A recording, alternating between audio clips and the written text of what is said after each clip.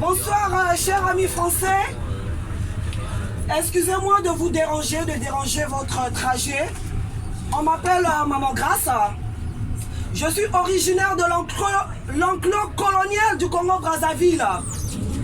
Et depuis un moment, et depuis toujours, les Français se plaignent de l'immigration. Il y a trop de Noirs dans notre pays. Mais posez-vous des questions. Pourquoi est-ce que les Noirs, ces Africains, viennent en masse en France, dans votre pays?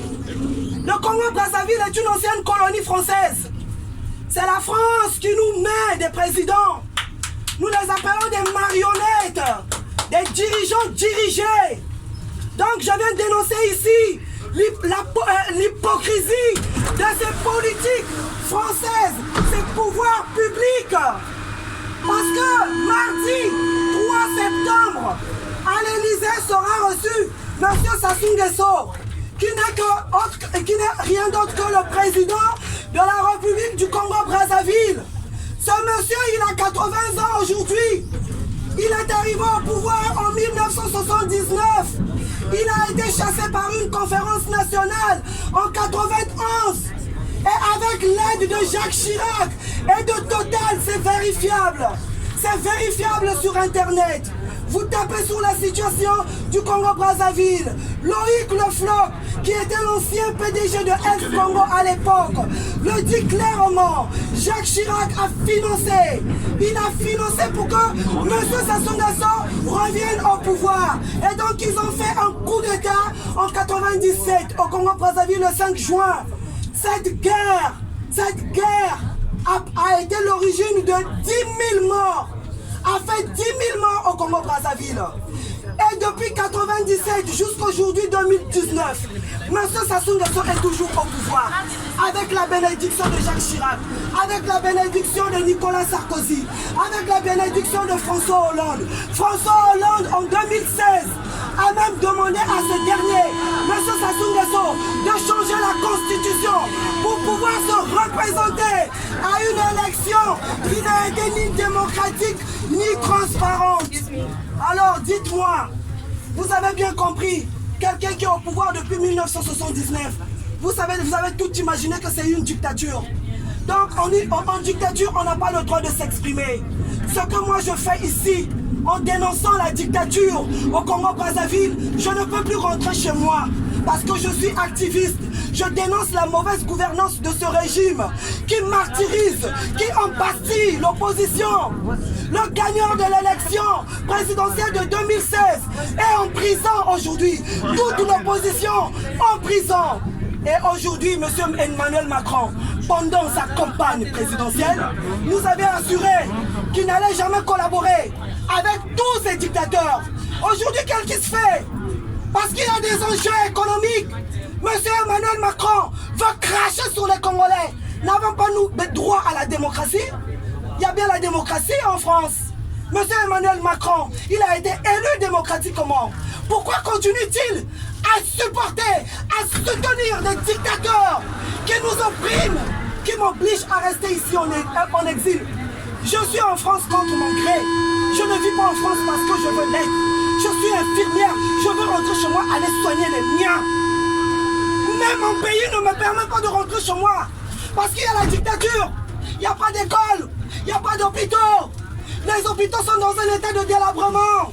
Dans les écoles, il n'y a même pas de table banc. Alors que le Congo est un pays producteur de pétrole. Nous avons le bois. On nous impose une monnaie. Le franc CFA et 14 pays africains sont obligés de verser à la France chaque année 440 millions de dollars. Et vous posez la question pourquoi il y a l'immigration. Mais oui, parce que nos chefs d'État prennent tout ce qui nous revient de droit et se partagent avec la France. Et voilà que le peuple n'a rien. Mon pays est un petit pays, 4 millions d'habitants, très riche. Mais posez-vous la question, qu'est-ce que je fais ici? Chez moi, dans mon village natal, le pétrole coule à flot, à Pointe-Noire. Informez-vous, qu'est-ce que je fais ici?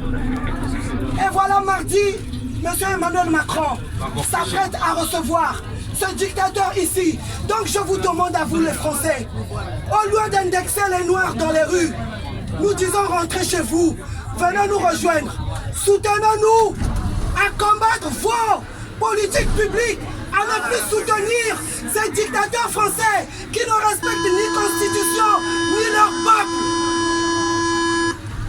C'était ça mon message. Qu'ils arrêtent de soutenir ces dictateurs.